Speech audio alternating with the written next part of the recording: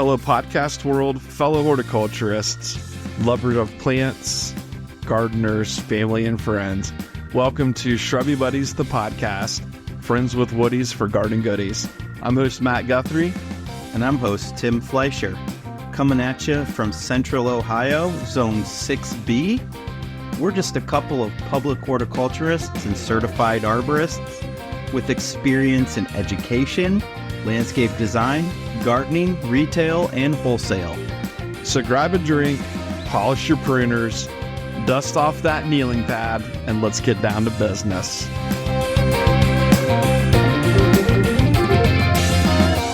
Hey, Shrubby Buddies, and welcome to this week's episode of the podcast. I am Matthew C. Guthrie I, laying on the couch of Timothy Lubing Fleischer, and we are recording a podcast in a very relaxed fashion. Just to clarify, Matt, yeah, we're on separate couches. You're on a different couch than me, but yeah, you're sitting, I am horizontal. Just because I've never recorded a podcast while kind of laying down, and I thought it would be fun and relaxing. The life of a podcaster. Because it's just a relaxing Sunday afternoon while we record this, and, you know, this is comfortable to me. Yeah. And why'd you call me Lubing? Because you have a Lubing hat on? That's right. Yeah. That's right. Is that okay? Yeah, it's fine. Do you like that name, Timothy Lubing Fleischer? Lubing makes great hats. It's a greenhouse climate control manufacturer, so. Oh, is that what they do? Yeah. I've never talked to him. I know you talk to him every year at Cultivate. I've never talked to him. I just go over and snatch the hats. I wait until you go in there and kind of like distract them a little bit. Yeah. And then I slide in the back door and just whoop. You do like the back door. Whoop. They make a good hat that says Lubing on it, and I like that. I like it too. Yeah, it's It important. is a good hat. Important for all the machinery to be lubed up. So I just went back to your bathroom a few minutes ago to use the restroom, and I noticed a stack a mile high of Ricolas and Hall's cough drops. So, Oh, did you snag one? I snagged a couple in case I got a little tickle in my throat during this podcast episode, but Let me just tell you something about all that stuff. yeah. That was all bought from the bargain section at Kroger Yep. for 10 cents a bag, Are you serious? and they're all expired. Oh, who cares? Yeah. I mean, I don't think they're going to make you sick. No, I'm not worried. I am not worried 1 second about it. I eat on them all the time, Yeah, and I don't get sick. I eat on them because I'm sick. and you're fine. Speaking of that, Yeah.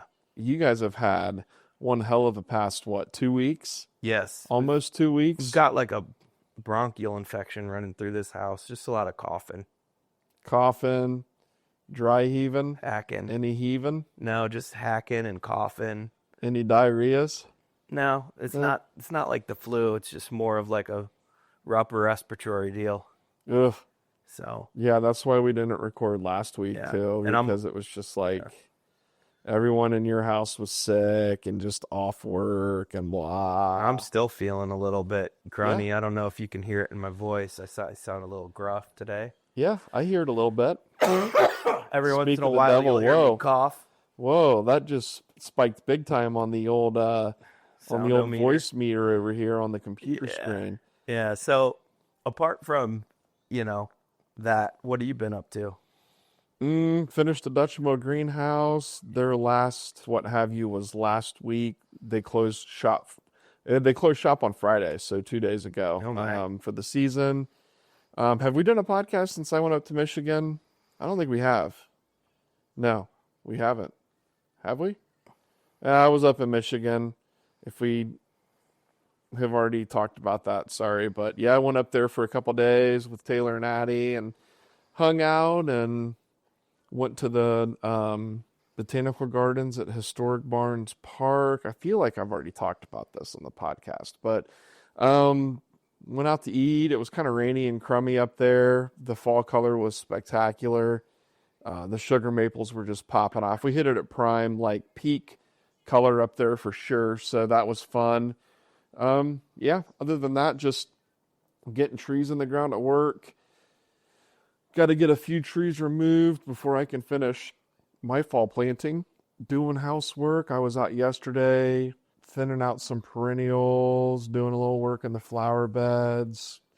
You turned me on to the Oakland Nursery sale, so I stopped by there today and picked up some plants for the house.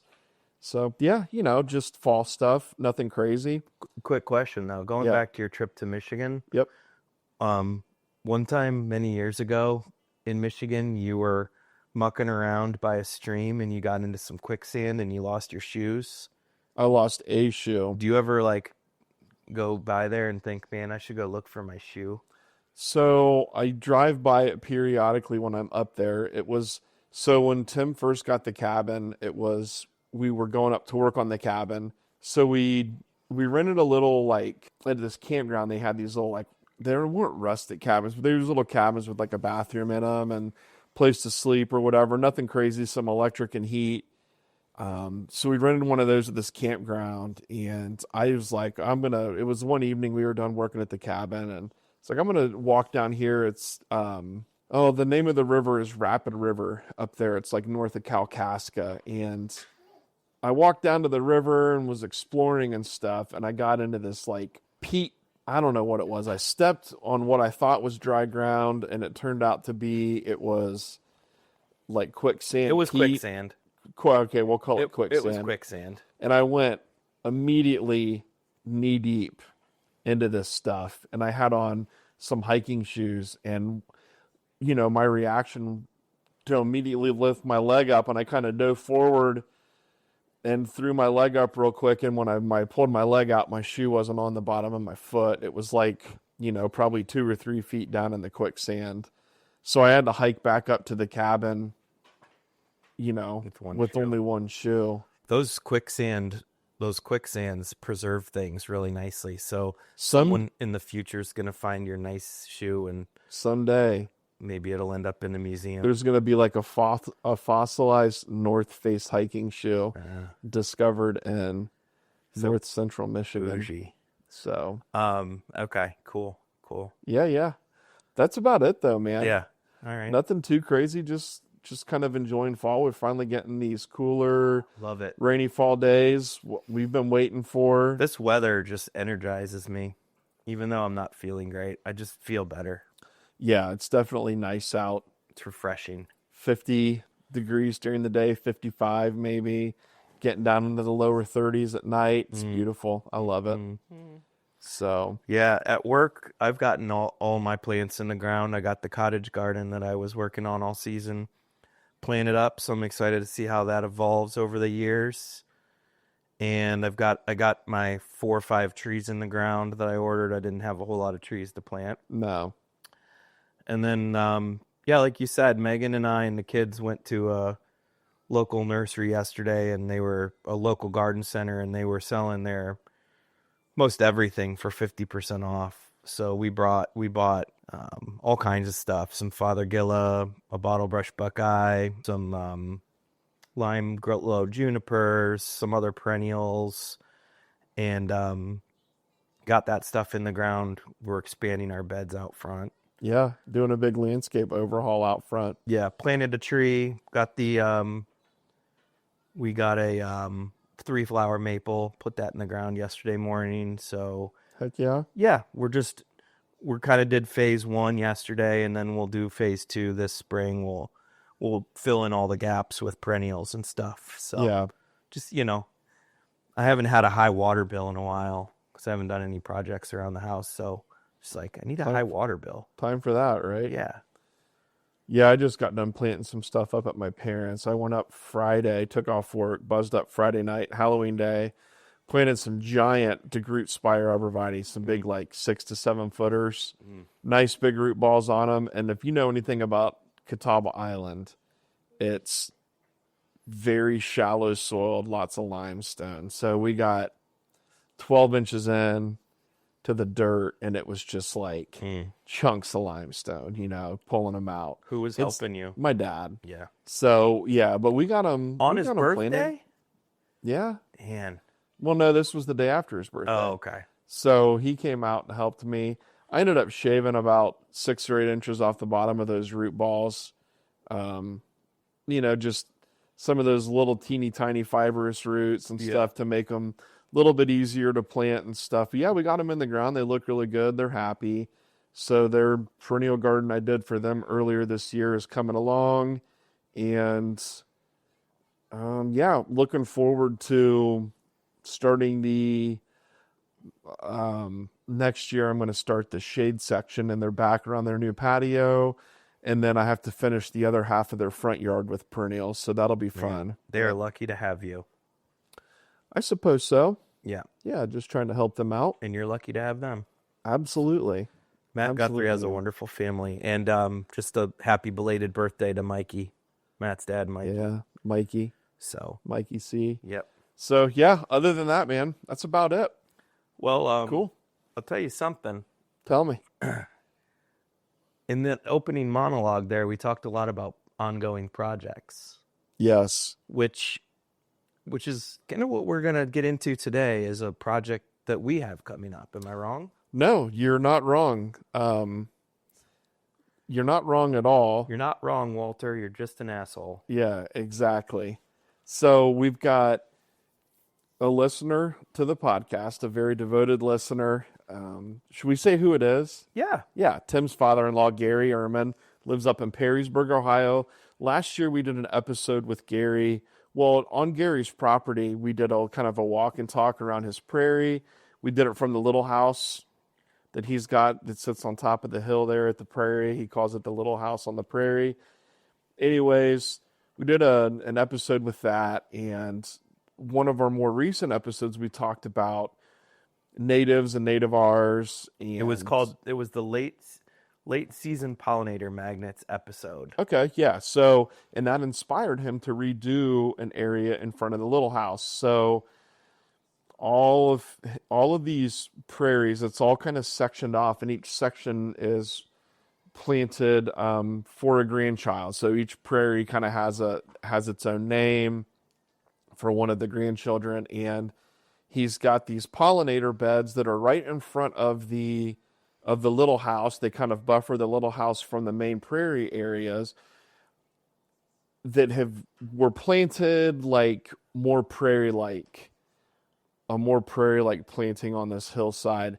And I think that he wants it to be a little bit tidier looking, to look a little bit more organized, less like a prairie, more like an ornamental type landscape. Yeah, the pollinator plot had the vibe of the prairie. It was lots of very tall plants, and not really much organization. So it had some similar plants to the prairie. It had some different plants to the prairie, but like you said, he wants it to be more like some of these gardens that we talk about in the podcast, with a natural vibe, but maybe using some more plants that have interesting foliage colors, maybe plants with different flower colors, and certainly plants that have a more tidy, compact grow habit to them. Yeah, absolutely. And he also gave us the permission to incorporate non-native plants into the mix. Right. Just things that are pollinator magnets that fit into the vibe of a pollinator garden. Obviously things that aren't invasive, but things that we like to use also that are non-native and super pretty and stuff. Yeah. So he's kind of turned these areas. This specific plot that we're going to be doing a design for this winter and then planting in the springtime is the Elise plot. Mm-hmm. So we're excited for that. These are roughly, I think he said that they're about 800 or 900 square foot areas, maybe something like that, 1,000 square feet. Anyways, you get the idea. Let's just say between 800 and 1,000 square feet, kind of a gentle hillside that right in front of the little house, neat, tidy, compact. We've kind of decided that we want to try and keep it in that 4-foot-ish range and shorter, using a mix of plants like we discussed. So this episode is literally just kind of initial ideas and brainstorming on what directions we might go, and I'm sure Gary will be one of the first listeners of this episode, and he'll have some input on what he liked and didn't like that we talked about. But You know, this winter we're gonna sit down and really draw something up, and Megan too. Megan's gonna join us on that since she is a horticulturist and it is her father after all. Yeah, after all, right? Yeah, yeah. So, yeah, this literally is going to be, this is the first time that we have talked much about it in depth, other than a little bit of history of the site with Gary, kind of a budget, an idea on budget, and just trying to get an idea of sort of what he has in mind. Although it sounds like he's just kind of turning the reins over to us. But this is literally the first time that we've sat down and really had any kind of in-depth and conversation about this. So it's going to be an episode, kind of a listen to what Tim and I would talk about if we were at work or even outside of work, planning on doing a landscape for, whether it be a garden in Dublin, Ohio at our work, or one of our own personal gardens, or maybe something that's being done for a client, or even Megan, like at Enniswood. So Sure. you're literally going to hear kind of some of the conversations that we would have, the brainstorming ideas. How the sausage is made. Yeah. Bub. So why don't you give a little bit of history on this site, Tim, as to what he's done in preparation so far for all of this, so that we know what kind of we're going to be dealing with in the spring when we go into plant. Well, he contacted us immediately after that late season pollinator magnets episode, and he's like, I want this. I want to scale back my pollinator garden and make it less prairie-like and more like, and use a lot more nativars. And he just nuked the thing. Yeah. He ripped the plants out. He dug out roots, but before that he burned it. Killing off everything above ground, and now it's just bare soil. Yeah. And my niece Elise, whose garden this is named for, she deserves something beautiful. Yep. Because she's a beautiful flower herself. So, we're gonna get this thing in shape, because we don't want it to lay as bare dirt for too long. No, otherwise that's when we start getting some of the non-native invasive stuff find its way in. Yeah. So, yeah. And we don't want to contend with that too much. You're always going to have some weeds. There's always going to be a little bit of maintenance with all of it, but... Well, and that's another thing. He also doesn't want it to be a lot of maintenance. And I think that just in general, the gardens that you and I like and the gardens that you and I put together are very low maintenance gardens. Yeah.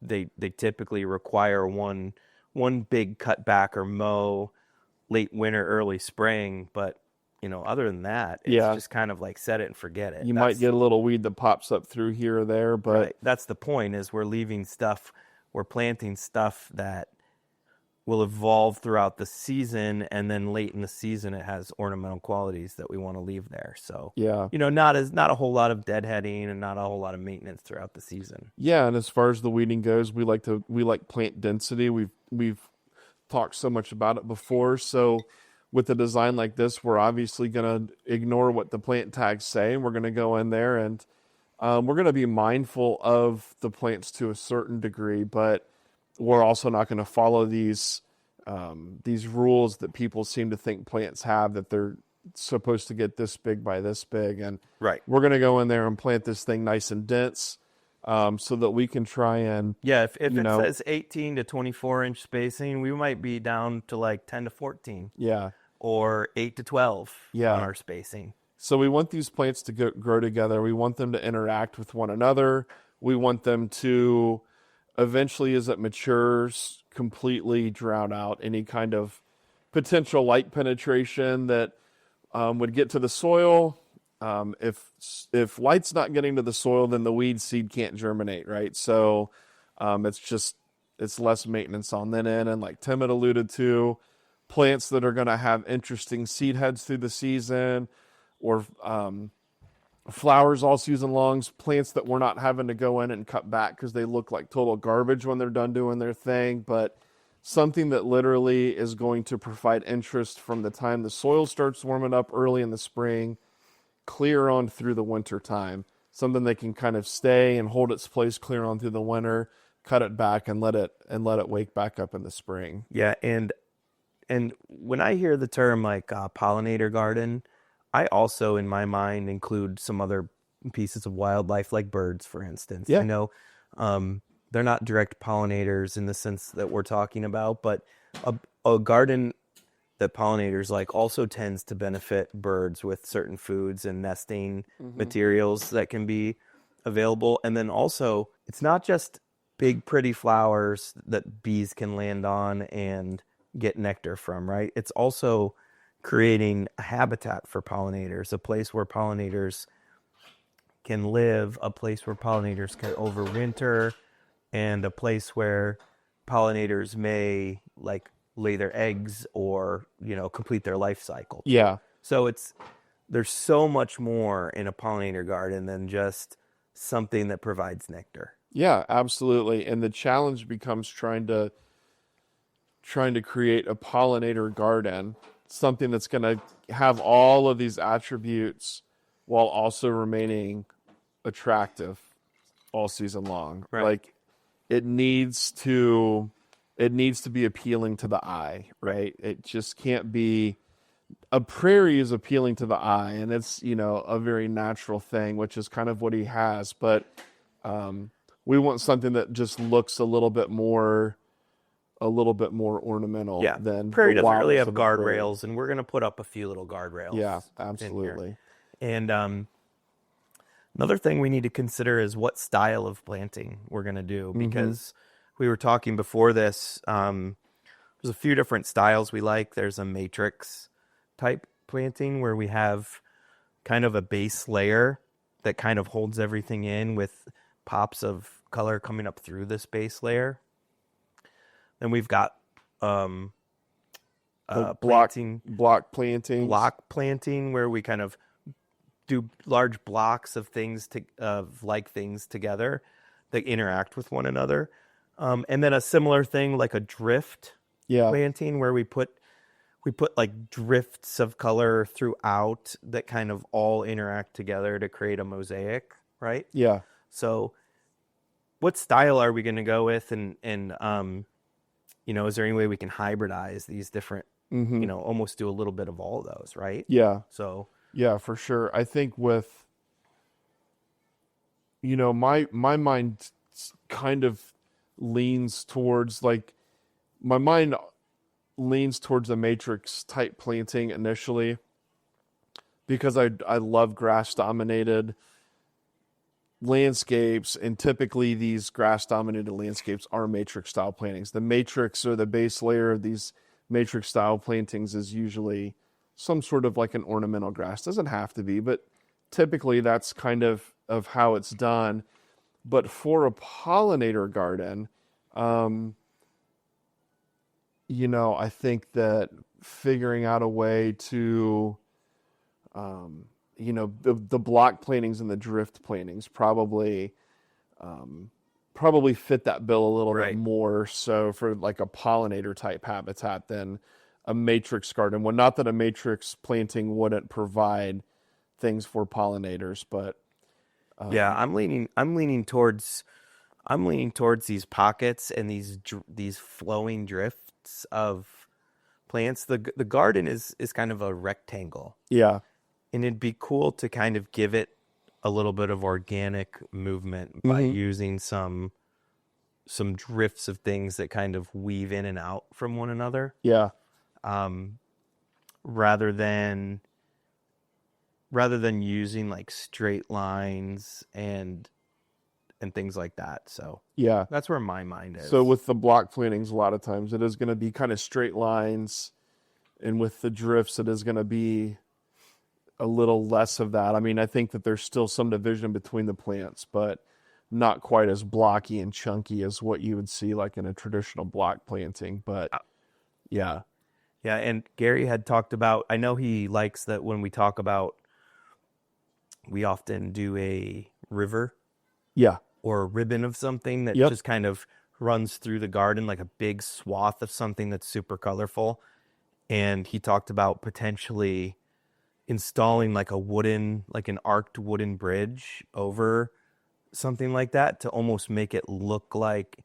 So when you're cutting from the little house down to the prairies, you would walk over this bridge and you'd be walking over like a water feature, but the water feature is made of plants. Yeah, and to create something like that, it could be depending on the height of the bridge. I know he sent us a link to it, and I didn't even look at like from the ground up what the height would be, but some things that come to mind to me would be allium, some of the salvias, just some of these like very bold foliaged plants that kind of have that bluey type hue to them. I think that with allium, you're going to get like that rivery effect later in the year, and you could use a mix of some different alliums so you get, so you can extend that flowering time.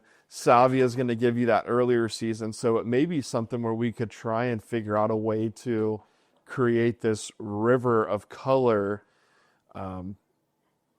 that kind of starts and goes all season long.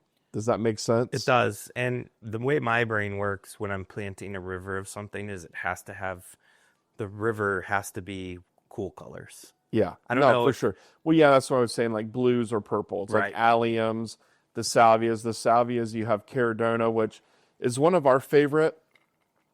But for something like that, you could even do like a crystal blue salvia or something, that's even going to be more of that kind of like water look. Water, yeah.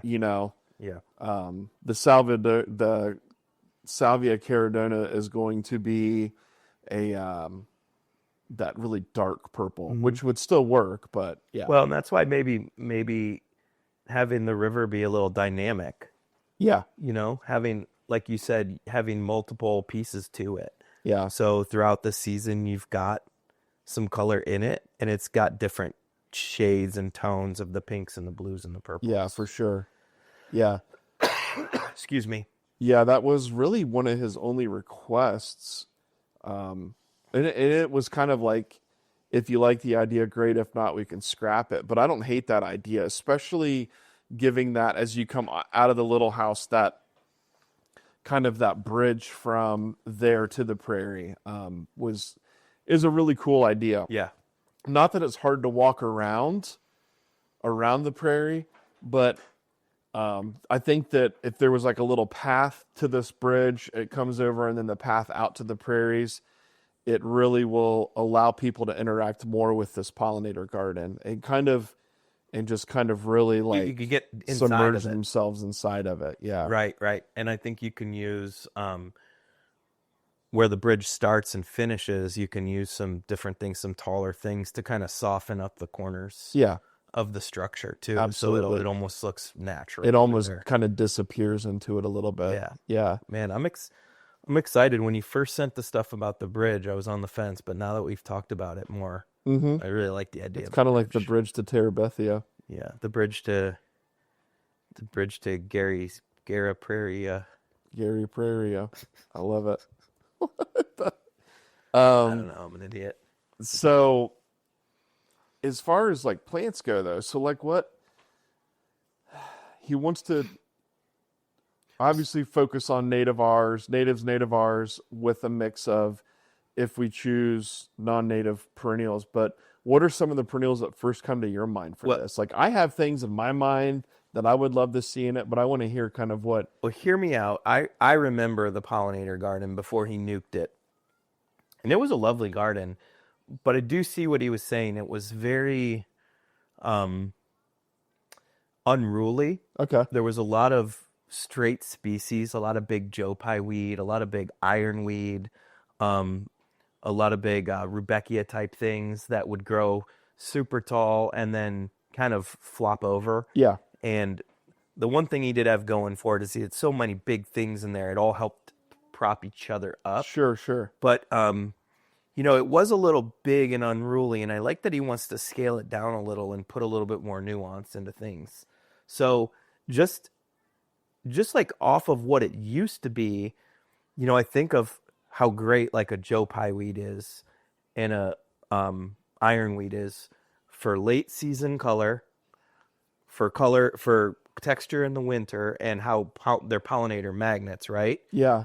But we've got really great cultivars that are half the size or less of those straight species, right? Yeah. So like with the Joe Pye weed, there's like Baby Joe, Little Little Joe. Joe, and other types of eupatoriums and eutrochiums that you could use.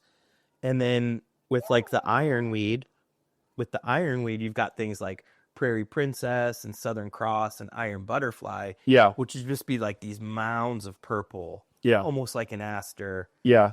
that would attract tons. I mean, they'll just be moving with pollinators, right? But they won't be intruding on the view of the prairie. Yeah.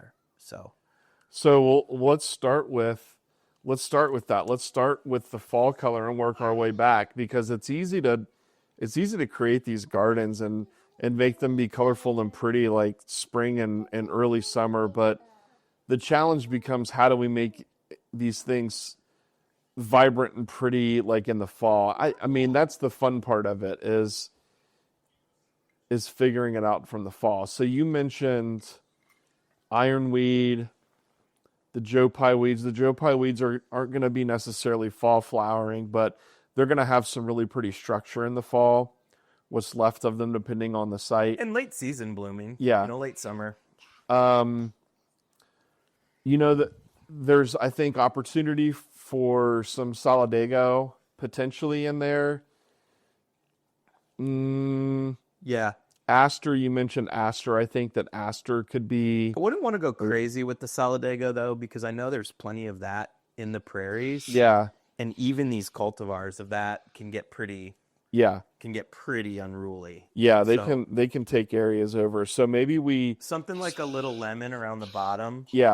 maybe we think about Solidagos to be like something that would go in later on potentially. It is like if we needed to fill the gap with something. What just came to my mind too would be some Amsonia. Yeah, Amsonia would work good. Like we didn't talk much about Amsonia, but you're going to get that extreme early color with the blues that Yeah. could even work in with the river, but then that just gorgeous fall color later in the season, right? Yeah, absolutely. And then one of our favorite perennials that's 100% going to find a spot in, unsure of cultivar yet, is going to be Little Blue Stem. Yeah. Like that's a has to be in there. So I don't know if that is going to be like a standing ovation or a haha tonka or a twilight zone. What it smoke signals, I don't know what it's going to be for sure, but I think that there's going to have to be like some sort of a big drift of that through there somewhere. Yeah, and I'm sure that maybe he doesn't want like too much grasses, but we're going to show him some showy ass grasses that Oh yeah. that are going to be just as beautifully striking as, something that's got the beautiful blooms on it, right? Yeah, so I think with the grasses, like keeping it under like 4 feet and under, I think of Little Blue Stem, I think of the side oats, grammar grass, and I think of prairie drop seed. Exactly. Now with the prairie drop seed, it could be the species, it could be Terra, or we could go with Brent's introduction, Golden Needles, which is going to add that cool chartreusey color into the mix, which would really play well off of some of these perennials. I've been really happy with the golden needles that I planted. It's been really vigorous. So I think that definitely needs to find its like way a Golden Needles. Okay. And then that would work so well with like a smoke signal,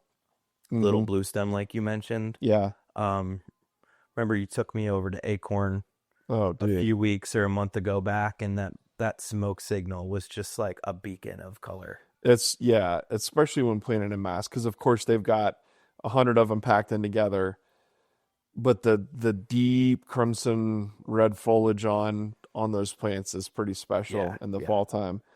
Absolutely. So we're gonna chuck some grasses in there that are really colorful and really highly textured. Yeah, and those grasses are gonna provide not only like movement and texture through the early part of the season, but they're also going to provide that fall color. And then really where they shine the most, I think personally, is in the wintertime when you leave them standing, is when it just has like I don't know, like a romantic feeling to it in the wintertime. Mm. Like just these beautiful prairie drop seeds in the winter with the little blue stems and stuff. But Yeah, I'm looking out the window so right now, and I've got a couple little blue stems, and the sun's catching those seed heads, and it's just yeah, special. it's It special. is special. And we're gonna go all herbaceous, Yeah. right? Yeah. This is I all think herbaceous. all herbaceous. And Yeah. I think what that'll be good for the maintenance too, because Gary can just either do like a push mower or the 0-turn mower right over this. Yep. And that's that. Call it a Or day. he can burn it. As long as he takes the bridge out first. Yeah. You don't want to burn it with the bridge Yeah, in you there. might maybe if that bridge does go in, maybe we don't do the burn at all. But Yeah. but yeah, he can just run it over with the mower, Yeah. and that makes the maintenance a breeze. very right? easy on it. Yeah. Absolutely.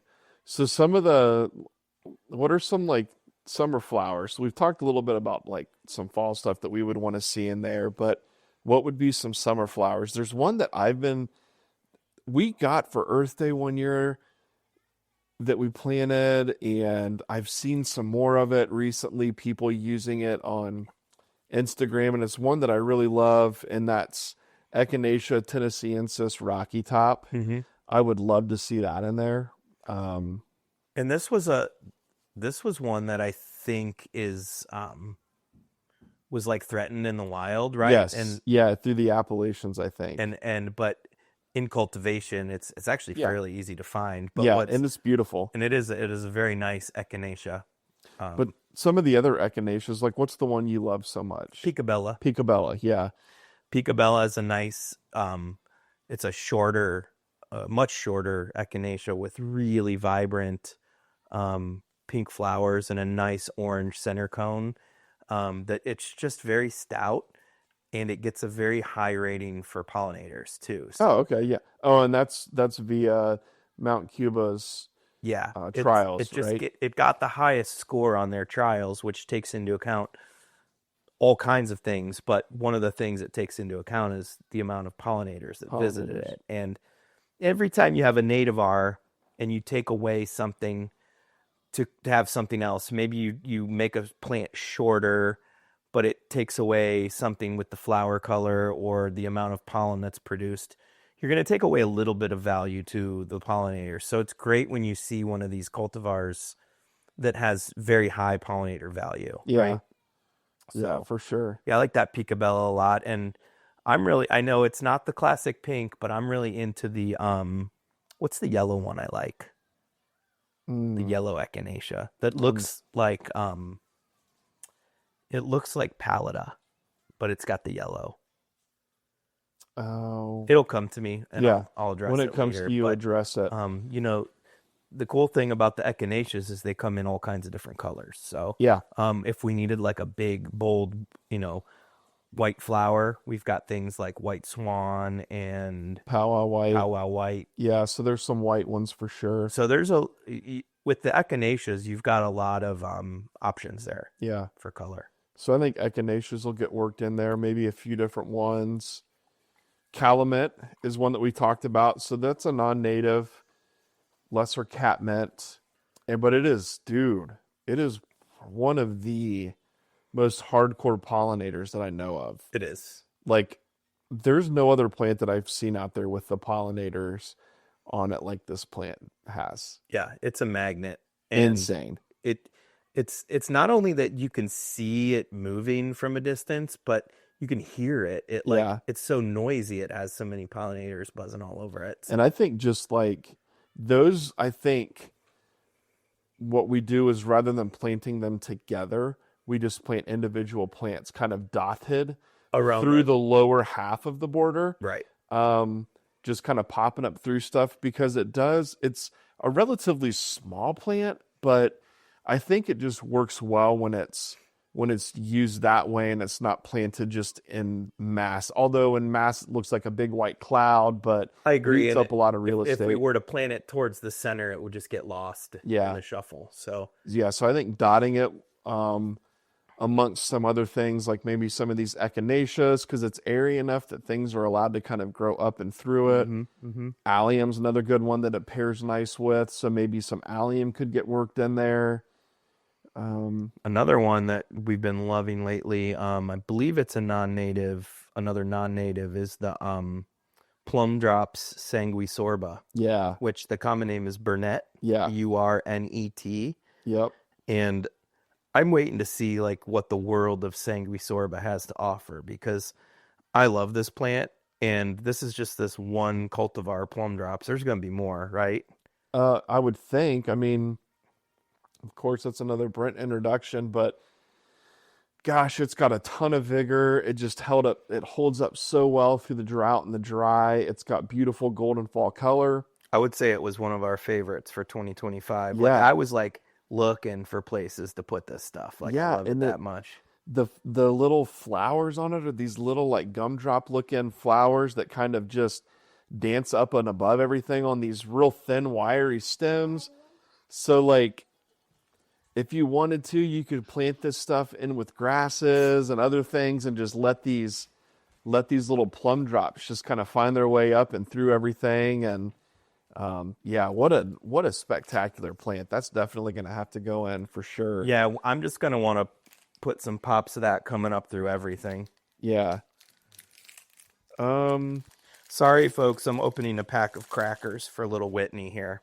So we got echinacea, we got plum drops. What else we got? So we talked allium and calamint. Yeah, I think we some go. other I think we fun- go with like a standard. Any I think we- Rebecchias? Perhaps I'm indifferent on putting black-eyed Susan in. I'm indifferent on it. that's another thing. There's plenty of in the prairie. Yeah. So if we didn't go the Rebecca route, I wouldn't be super sad. Just because there's plenty of it everywhere. And if we're going to do some echinacea, we've already got that kind of big ray flower shape, right? So yeah, for sure. Do we want any of that darker foliage color in this summer? Because I think that Pycnanthemum muticum needs to go in at Yes. some point. the Smoky Mountain Mint. But I'm thinking Smoky Mountain Mint, which is the one that's got the darker foliaged leaves on it, and then the flowers or the bracts. I don't know what it is technically on the top. That's kind of white. Yeah, I think there's all of that is up there. Yeah. Bracts and blooms. Yeah. I would be okay with using a couple different species of Pycnanthemum in there. Okay, yeah. Because again, the name of the game is Pollinator Garden, Yeah. right? These are natives too, which is another good bonus.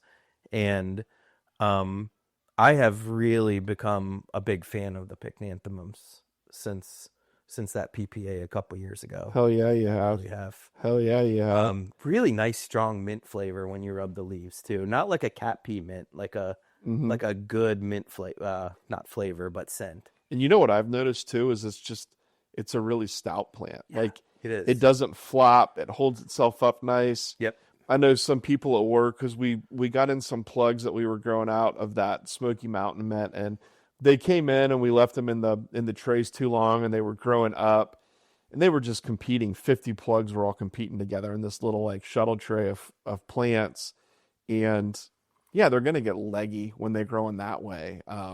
So when we potted them up, they were kind of floppy that way. But I know you cut those things back, and next year they're just going to be stout plants. We both planted a bunch of that this year. I'm excited to see year 2 on that stuff. Yeah, that's a good one for sure. So we'll have to Absolutely. maybe work some of that in. Pycnanthemum.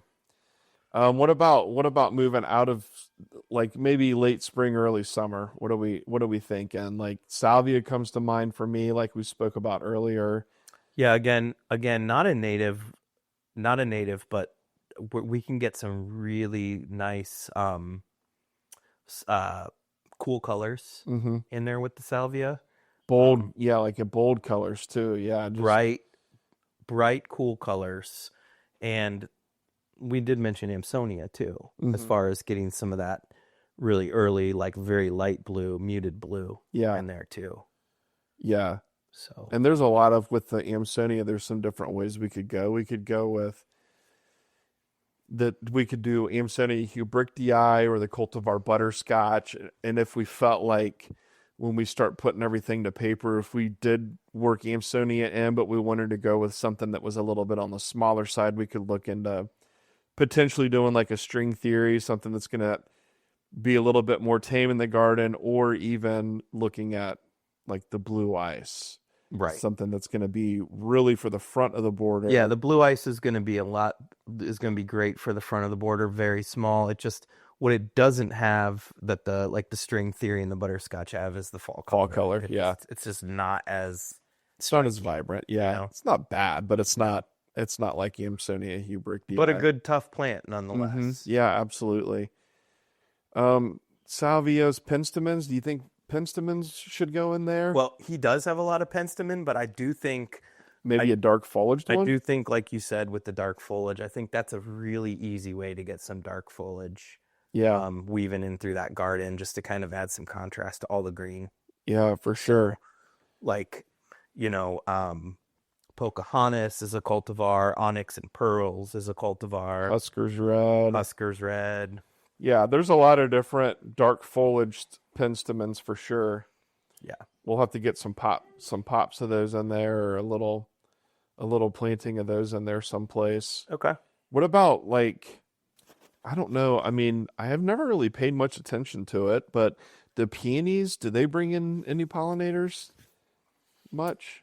Well, do they offer a lot of, or what about like a stackies? I'm just trying to rattle off some spring flowering plants.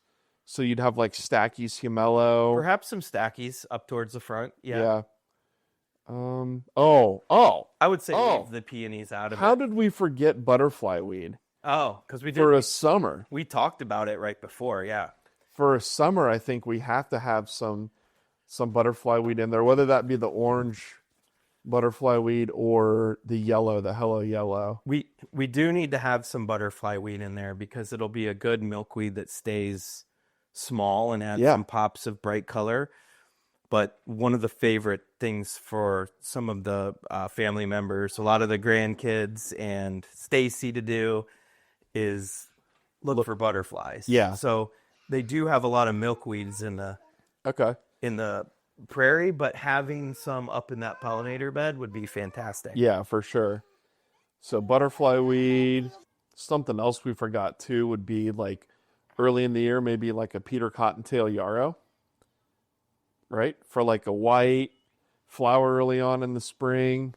Yeah, I think Peter Cottontail yarrow is a cool yarrow because it has, the flowers are a lot different than the typical flat-topped yarrow. Yeah. And it has a nice natural look, but will stay within the range that Gary wants it to stay, size-wise. We could also, if we started putting stuff on paper and we felt like we were lacking in, if we wanted some of that contrasting pops of, say, a yellow, we could also go with a more traditional, like a moonshine type yarrow. Yeah, I think we would just try to avoid like the real spreading yarrows. Oh yeah.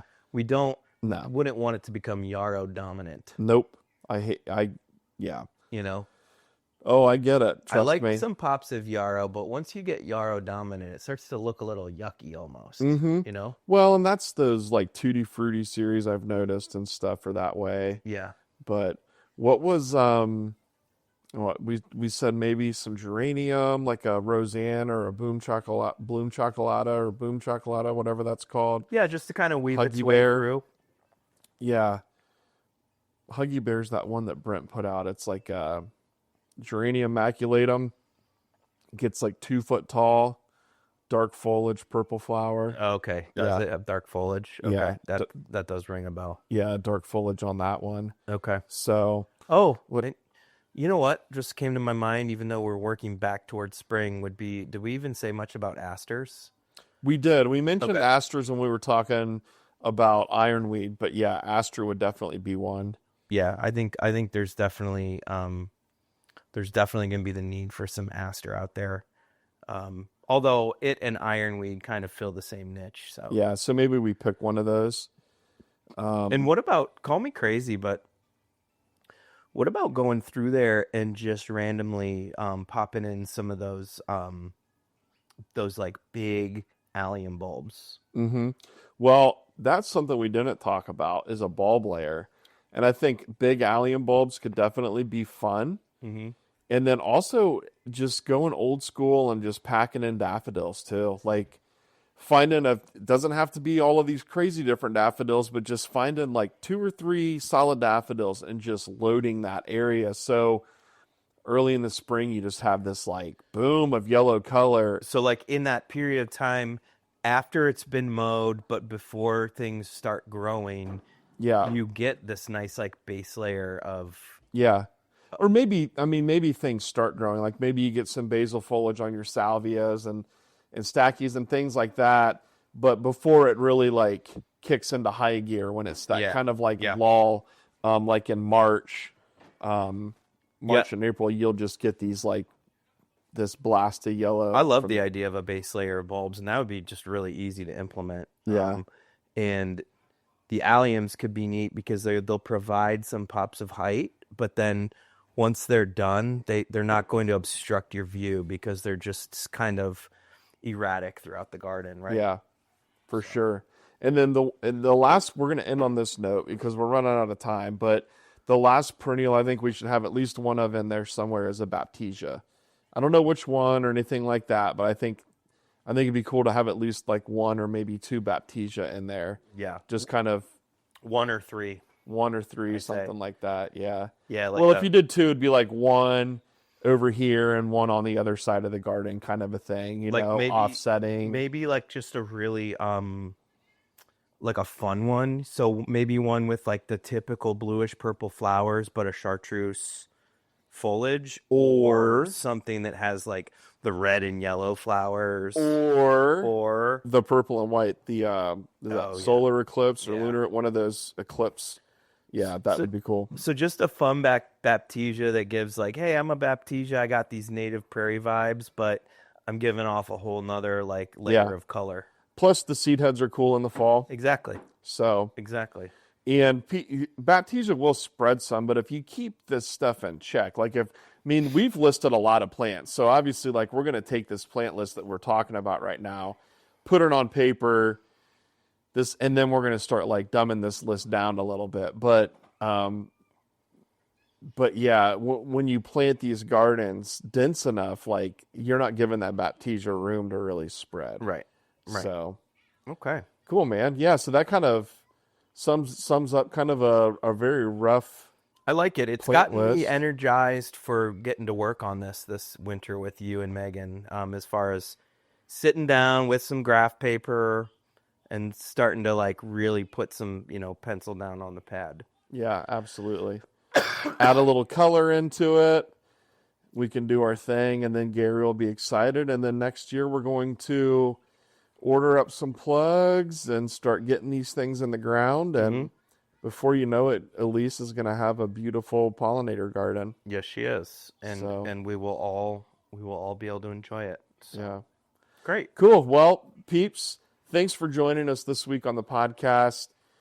That was, we haven't done one like this. It was more of a conversation between Tim and I and just kind of trying to get our ideas out there for Gary's Elise garden. And just the little house. And just a heads up, listeners, we're starting to wind down here. We only have a few episodes left before we call it a season and start planning for big things for next season, and perhaps thinking about recording some cabin sessions. But as far as the proper season number 2 goes, we only have a few episodes left. Yep, you're right. Only a few left, and I am looking forward to the cabin sessions. Hell yeah. So good time, man. Hell yeah. Only this time we can't blow up my car. So yeah. All right, that does it for us. Love you all harder +2. Go on, what you got going, Mike? Bye-bye. Hey.